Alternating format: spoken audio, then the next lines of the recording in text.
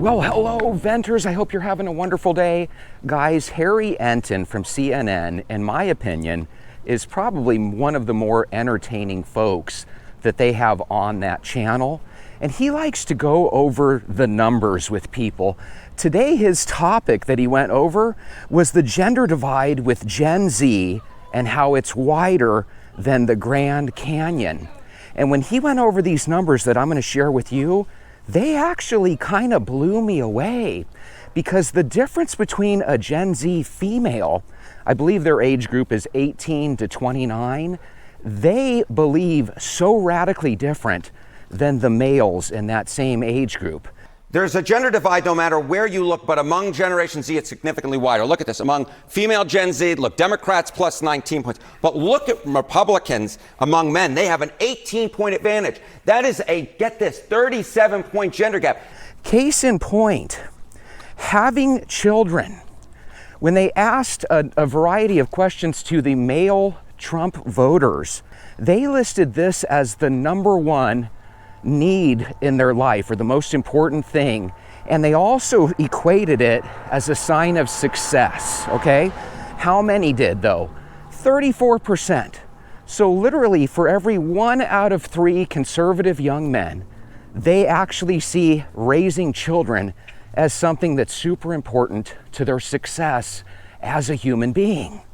Conversely, with the female Kamala voters, only 6% saw raising children and being a mom as the number one motivator of success in their life and the number one indicator of success.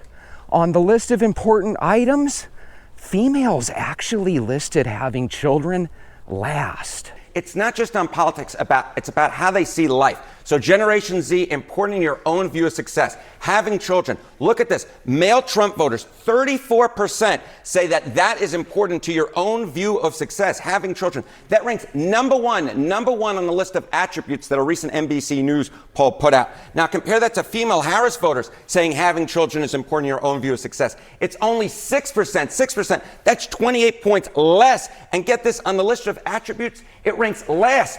30, 40 years ago and before that, I think those numbers might have been flipped. I think women used to care a lot more about raising children, and apparently Gen Z females don't give two licks about it. I thought that was very telling. So then you have to ask yourself, well, why are so many Gen Z males Republican and so many Gen Z females Democrat? See, when you vote for somebody proudly and with your chest, and you're basically stating that I align with this person's values, and that is how I align and what I want to see. So when you vote for somebody who openly discriminates against other people and says horrible racist things, proudly and with his chest mocks the disabled, laughs at other people that have gone through a traumatic weather event, and throws paper towels at them, you're telling me that you align with that. And so that tells me that that's who you are. And once you show me who you are and what does matter to you, or rather what doesn't matter to you, I can't unsee that. Okay, the final question that was posed is having emotional stability. Okay, important in your own view of success. Having emotional stability. That ranks 3 among Harris voters, 39%. But get this, among male Trump voters, it's just 9%, a 30-point gap, and it ranks last for Trump voters. Now, from face value, it looks like conservative men are lacking when it comes to emotional stability. But I'm going to tell you something. I think it's actually the opposite. And again, I'll share that with you here in a second. Every time I think, oh, today I'm going to do it really simple and it'll be easy, I can't spit out the words. God, it's such a pain in the ass. There are differences between males and females of all age groups, but Gen Z has a unique challenge. Gen Z males are not having sex. Gen Z females are.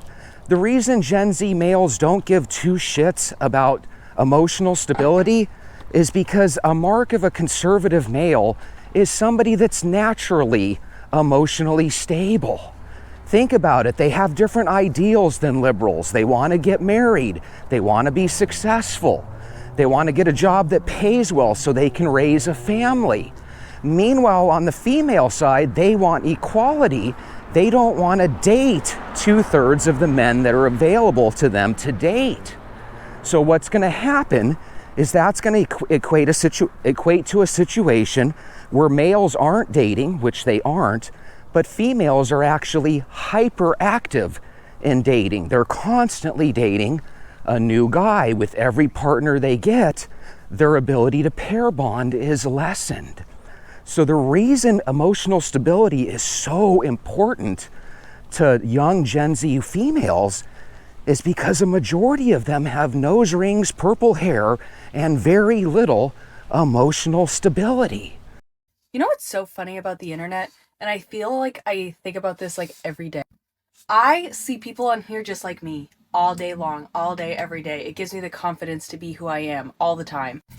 So if you think about it, if that was your group that you were a part of, wouldn't emotional stability mean a lot to you? And conversely, if you were a conservative boy or a conservative young man, and you already know that you're hoping to find a conservative female partner to raise kids, isn't that something where naturally you wouldn't be freaking out about your emotional stability? As a matter of fact, the question was about emotional stability within yourself. Well, a conservative guy, because he's already emotionally stable, he's thinking more about his partner. And again, that might be a reason why they're not having success in the dating market, because who the heck wants to meet a woman that has a million partners?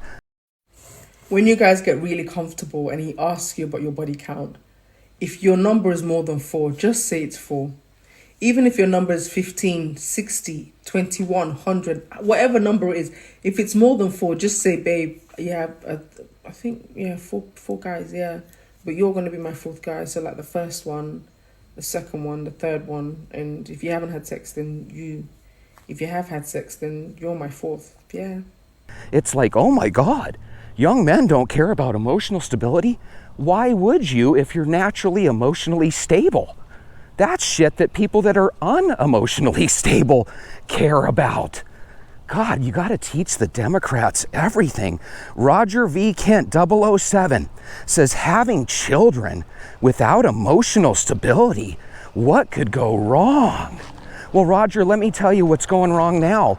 The women aren't having children at all, and by the year 2030, it's expected that half the women will be without child and single and alone.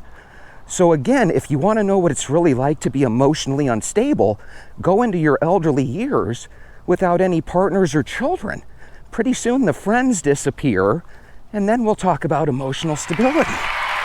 Zimazor Okazi says the main problem with Gen Z is not a single issue, but a widespread crisis of mental health and anxiety exacerbated by factors like social media leading to hopelessness.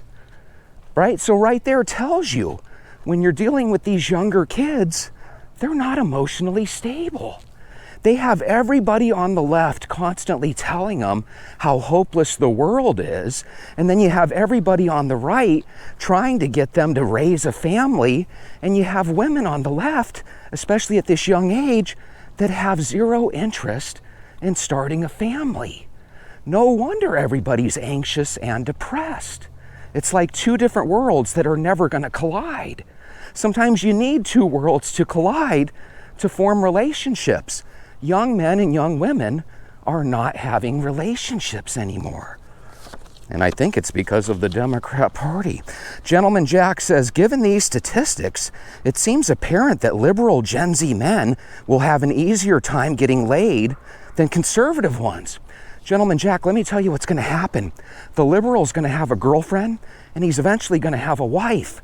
But his girlfriend's going to cheat on him with a conservative guy, and she's going to cheat on him with conservative, young, manly men. Nobody wants to date a guy that's like one of your girlfriends. And I have a feeling that at least with a big portion of liberal men, you're pretty much dating one of your girlfriends.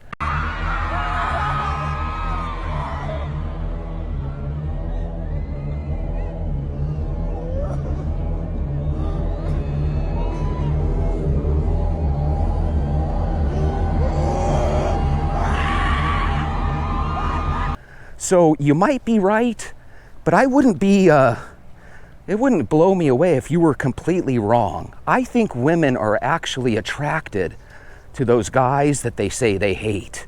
You know, the conservative guy that owns his own business, makes 6 or 7 figures a year, has his shit together. Gregorian Cat Monk says, not surprised about emotional stability. I mean, their leader is an 8-year-old and an 80-year-old shell. It's funny how people on the left are so angry with the orange man's age, but they didn't care about the last walking corpse that was in the office. By the way, I'd like to know your guys' opinions. You could be completely opposite of mine. You can feel like, hey, these young punk incels, they don't care about anything. But the reality is, I think the young guys nowadays, they seem more thoughtful than ever. Why do I say that? Well, when we were young, we had girls. So we were constantly busy thinking about girls. The girls are avoiding these young men nowadays. So they have to be thoughtful. They have to think about their future. They have to think about contingency plans. The thing that scares me about young people is I think you're going to constantly have women to choose from that just have so much more experience than you. And it's really kind of gross if you think about it. Very gross, actually. This is very immature, and you will say flat out, look at him in his face, nicely, chuckle a little, and say that's none of your business. Now, if he gets upset, you just continue to look at him, blink at him, and look at him like he's the child he is, like he's stupid. And then y'all can continue the conversation. Most grown men are actually worried about themselves. They're not worried about who you've been with, trying to equate that to your worth. So always remember, any man who asks this is very classless. I think I heard somewhere that 1 out of every 2 people has some sort of STD.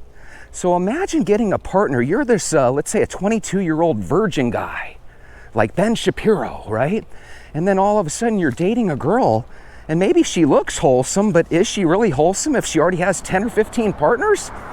I would not want to date somebody that has me out-partnered that badly. It's like, gads. Jesse, you don't get laid. I used to. JDogs2000 says, given that Democrats don't care about men, it's hardly surprising that they aren't voting that way. JDogs, I think that's a really good point. I don't think Democrats from top to bottom give 2 shits about men. The only thing that seems to matter is reproductive rights, which has nothing to do with reproducing. And it seems like they just love it when guys kind of do what they say without questioning. And then when it comes to performance, women want to get paid the exact same, whether they're able to do the job equally or not. That's what equality is to them. Let them have their PTO days, and at the end of the year, even though they don't produce as much, they're going to want equal pay. That's what it seems to be. John Audios 484 says, as a 68-year-old Democrat, I can tell you that the Democrats have abandoned young men. Whenever I hear people say I'm a Democrat, but I feel the opposite way, I always imagine like a Republican person typing it. This guy's probably a Republican, but let's say he really is a Democrat. I think Democrats can honestly, admit that they're kind of turning their back on young men, or at least it seems that way.